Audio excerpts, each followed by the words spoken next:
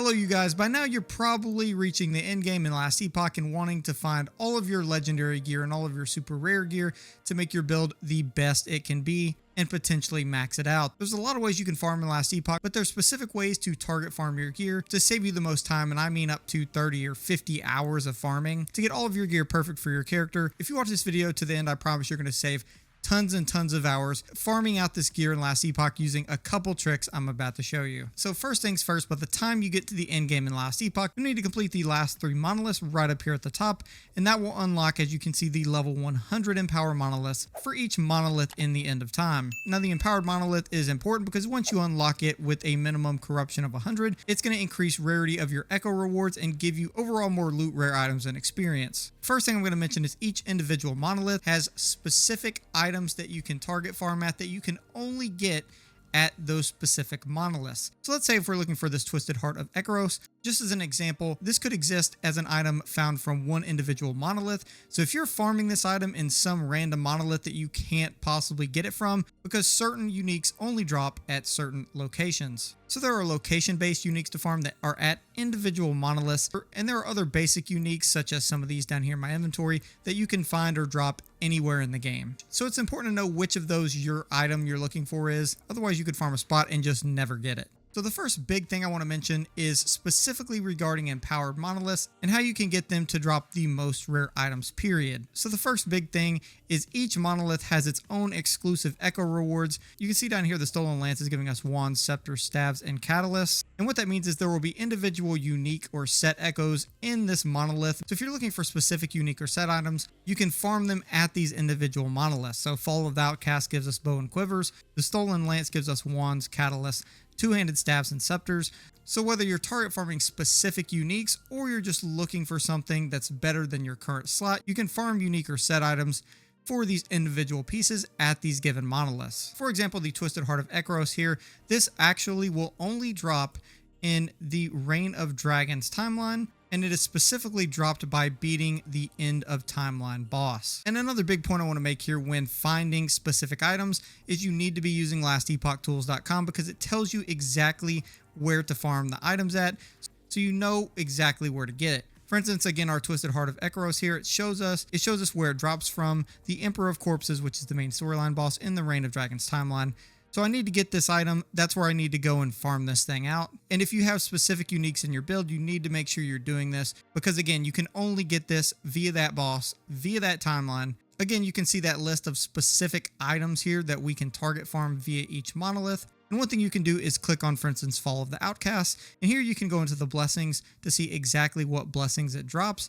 And you can also go into boss items to see the boss items and the exclusive echo rewards, meaning these are legendaries that you can only get within this monolith itself. The primary thing, like I mentioned earlier, is your corruption. So the higher corruption you have, obviously the more rare items you're going to get throughout the monoliths themselves, meaning you have a better chance to drop the higher rare uniques as well as drop higher legendary potential uniques. Now the one thing I want to note about corruption is honestly what you should do if possible towards the beginning of your monoliths once you unlock all the empowered 100 monoliths is, if you can and you want to start target farming early, pick a monolith and just stick with it as long as you can. The best reason to grind one individual one to 200 before you start the other ones is because of the catch-up mechanic for corruption in Last Epoch. The way it works is you can see our top number here for corruption we're going to gain is 14 corruption, just the normal basic bonus for getting this far on the timeline. You see we're all the way down here, pretty far away, so it's going to give us plus 14. We also get plus 10 corruption for having a Gaze of Orbis over here at the top left. You get one of these for each time you beat this boss, which would be the third quest echo. And so each time you do that and stack it up, you get one Gaze of Orbis. Again, each one gives you plus 10. So if we had 2, we would get plus 20 here. And keep in mind, if you do die during this fight, that means you're going to lose those Gazes of Orbis. So make sure that doesn't happen. But then you can see we also have a plus 38 bonus corruption here. And that is a huge bonus, more than all of the other bonuses we have on here. And that's because we have a much higher corruption timeline, which is going to give us a bonus to essentially catch up to that timeline, since our 174 from earlier is on par from where we should be at. So if you grind one monolith to 200 or 300 corruption, you're going to get 60, 70, 80, 100, 150 bonus corruption the first time you come to do this monolith, meaning instead of doing them all individually and having them all go up at the same time, you can do one, grind it up all the way to 200 or 300, and come in here and complete each empowered monolith one single time and bump it up to 200 essentially in one shot. Then once you can do that, you'll have all the empowered monoliths at 200 or 300 very quickly, and you'll get the bonus for uber uniques and much rarer uniques up to like 200% for being able to farm out those specific items you've been trying to farm out in every monolith that you have, since they're not all going to be over 200 corruption. And then from the Circle of Fortune, when you're trying to get your specific item and you want to make it the easiest possible way on yourself, it's honestly just a numbers game of how many you drop and whether you get lucky or not at this point. So make sure during the game you use your favor to get some of these prophecies. Now, as you complete these, you're going to be getting additional progress or reputation towards ranking up your Circle of Fortune. So save your favor as you need it, but also make sure you're somewhat using it so you can rank up as quickly as possible. You want to get to rank 6 as quickly as you can, so use like half of your favor if you need to do quests that you can finish to get you there as fast as possible. So that way you get uniques are twice as likely to have legendary potential, because getting a unique without legendary potential. Now, if we were going to farm a specific timeline, you want to make sure that you come into the observatory with your favor and actually grab some of these individual prophecies. But you also want to make sure they're ones that you're going to be able to complete fairly easily. So if we're looking for a very basic unique, we're going to be able to grab one of these prophecies, complete the condition, and get 3 unique rings this easily. And if you're looking for one of the base sets that you don't have to be at a specific monolith for, this is going to be one of the easiest ways to do that, because you can essentially stack these and then finish, let's say, a Temporal Sanctum dungeon and get dropped 10 or 12 unique rings, giving you huge chances to get your actual items. And you can do the same again for the east, which is going to be your weapons, the north, which is going to be your armor. You can see we have all the unique armor types here. Gives us easy, basic, unique pieces. Another thing that can help you target farm those even quicker is if you want to try and get them all in, let's say, the Temporal Sanctum dungeons, so you can just do one dungeon and complete a lot of them.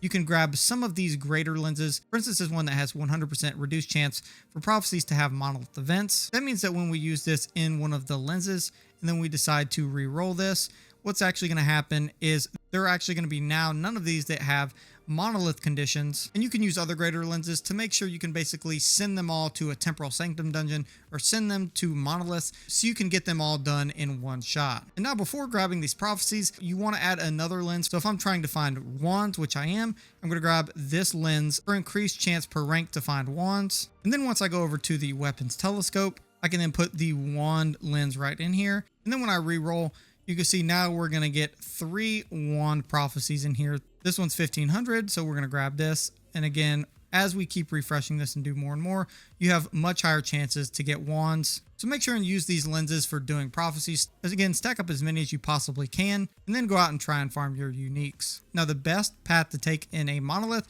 is generally to go at an angle or diagonal from wherever you initially started. This is going to open up the most potential branches.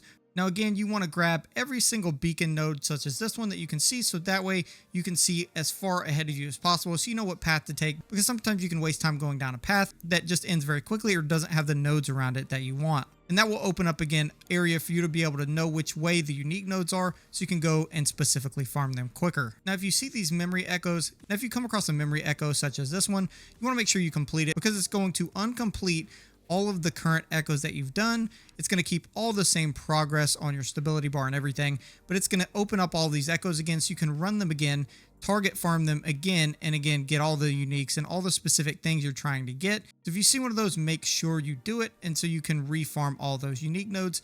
Additionally, if you see this echo right here, this is going to change any echo that you currently have not completed to be something completely different. So then you can look across the map again, and if you see some of your unique nodes now available, or some other nodes that you want to farm like XP nodes, you can go and basically go directly to them, and most of the time you will have completed right next to it, so you can just easily jump over to it and do one. And essentially you want to run that and target all of your uniques as much as possible per each timeline.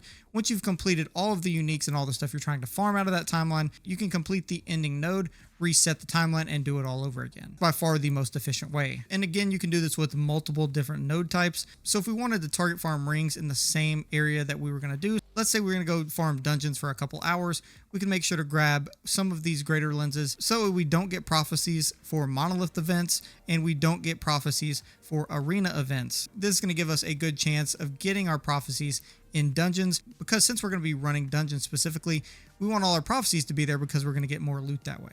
So when we throw both of these in here, and then we decide to re-roll this, what's going to happen is when the new prophecies come up, you can see we're going to get Soulfire Bastion Dungeon, a Nun. We're going to get Soulfire Bastion Dungeon again, Temporal Sanctum Dungeon, Temporal Sanctum Dungeon again. So that way we can grab stuff like this for completing Temporal Sanctum Dungeon. Go to the next one, find another one we're looking for. Again, another Temporal Sanctum Dungeon right here. We're going to grab this unique. Again, another one here for amulets for Temporal Sanctum Dungeon. You can aim all of these to be almost one thing, so that way you can just stack up on, for instance, dungeons or monoliths or one specific condition, so you can complete them all very, very quickly. This is the most efficient way to use the Circle of Fortune. If this helped, drop a like on the video, subscribe if you're new. Thank you guys for watching. Peace.